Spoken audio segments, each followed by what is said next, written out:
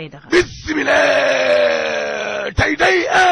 mooy guddig nabi ga dee la solo yéene kay ne dëgg la bisu tey bi day la nabi gane si àdduna sallallahu taala alayhi wa sallam ñu koy màggal nag ca Tiwaawoon joo xalif général ba di Serigne Mbaye Sy Mansour nee na la fi maamam bàyyi woon day ci siraatal mustaqim dana ko wéyale ak it ci cosaan te Medina Baye gee Aly Ngouille Ndiaye waaw xam le ne kon defar yi nga xam ne doon nañ ko defar nag bërëbu diine yi di cité religieuse yi waaw daal di koy defar nag ba méngoog jamono kon moderniser ko loolee dana continuer day vox populi ne téeméer ak juróom-benneelu màggal gi day mi ngi nii guddig nabi gi waaw ca Tiwaawoon waaw jàppale ne taalibe yëpp ña nga wutali nag bërëb bu tedd ba waaye xabru al amin alba al maktum moom la ñu songandoo de la ko yéene kay ne gàmmu gu njëkk gi day Serigne Mbaye Sy Mansour mi ngi al maktum al amin wane ginnaaw vox populi ne junni nag ak ñeent fukk ak juróom ci ay policiers day le gouvernement bi kon yóbbu ca Tiwaawoon ngir wàllum kaaraange libération yéene kay ne mustarshidina wal mustarshidaat yi day waaw seen lépp daal dinay pare laa la wax maa la ko wax dama ne la gis nga bu juróom-benn waxtu jotee kon di 18 heures waaw ma ne la taalibe yi mën nañoo ñëw na kon ca course ba foofee la ñu koy màggalee Khalifa Mbaye kon mi yor nag wàllum organisation ba nee na gis nga ren day waaw lépp la ñuy yokk muy wàllum siège muy wàllum bâche ba ci sakkoon wàllum organisation bi tey Moustapha Sy yéene kaay gi ne gàmmu ko ca champ de course googee day waaw Serigne Cheikh Ahmed Tidiane Sy Al Maktoum moo ko fa taxawal ca 1998 2012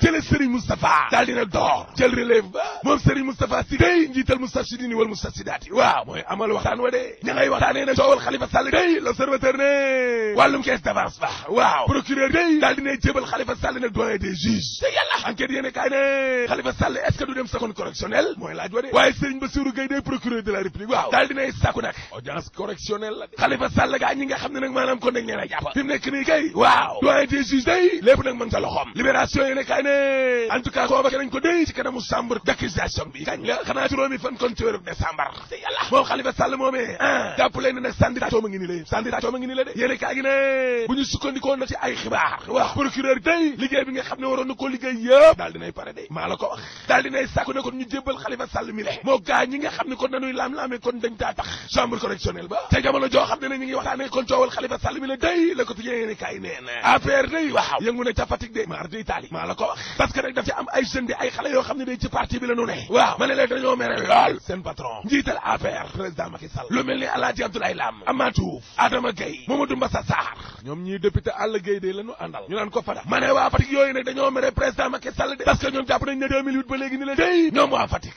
ñi ngi liggéeyal président Macky Sall lu ko kenn liggéeyalul nag ba mu nekk président de la République laa la wax waaye daf leen a soofantal mel ni sëkku leen yëgul maar day taali ñoom ñoo ñee ne de loolee kay seetlu bi ñëpp a ko seetlu te lépp lu président Macky Sall am tey nag ginnaaw yàlla ma ne la Fatick la bu ñu sukkandikoo ci Amath Diouf moom Diouf a ñoo ko bàyyi yemu ta ndaxte nee na te xoolal nag maanaam li ñuy liggéey ak di rey suñ bopp yëpp saa yi bu ñu gañee élection Macky Sall daal saa yi bu ñëwee fii ci Fatick nañu liggéeyu leen bu baax yéen waa Fatick liggéeyu leen bu baax ñuy sàkku ci président Macky Sall nag mu bàyyi di jël ay résultats yi muy am ci Fatick yi di ko méngale ak résultats yu Fuuta yee te liñ koy xamal mooy président Macky Sall la mu def ca Fuuta gee waaw ma ne la defu ko fii ci Fatick laa la wax ci réalisation nañ dialogue waxtaan dialogue bi day waxtaanu politique bi waaw Vox Populi ne coalition bi sàmm li ñu bokk waaw ñoom daal jàpp nañ ne mbir mi wàllum dabale la rek mascarade la dialogue politique bi Ousmane Sonko Diallo Diop Ibrahima Fall Madiaye Mbodj ñoo ne ca coalition ba ma ne la Ousmane Sonko ak ña ma àndal day waaw nee nañu gis nga waxu président daal waaw jarta dóor sa doom déedéet wax joo xam ne yow dellu ginnaaw waxi ana assise nationale ya ana santaane biñ fi tegoon CNRI bi commission nationale de réforme des institutions anamu ëllëg enseignement supérieur ba anamu ana assise nationale ya ci éducation nationale anamu ana coppite yi ñu doon wax ci wàllum suuf si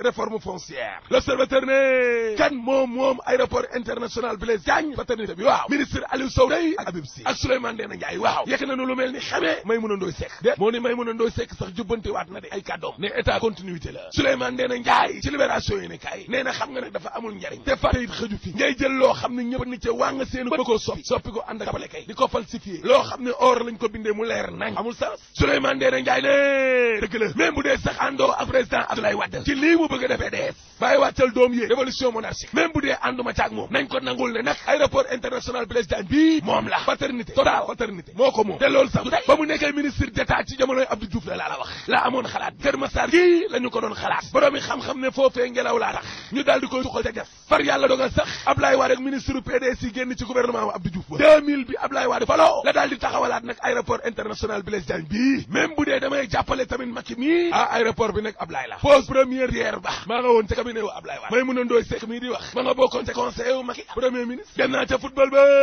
mondial 2018 bi day waaw tribune yéene kaay ne Matar Ba ma nga Russie de ma ne tey nag ñu xam Sénégal ñan la bokkal poule ëppala enquête yéene kaay ne réew mi yëpp ñu ngi ne dégg toog di xaar ma ne la coupe du monde bi daal Sénégal équipe bu mu am baax na ay xale la ñu yor mën nañu football moom kay nañu cat seexlu rek te bu fi kenn génnee way nag boo paree ma ne la tëjal su ngeen bëggee teewluwaat li ci yëglekaay yi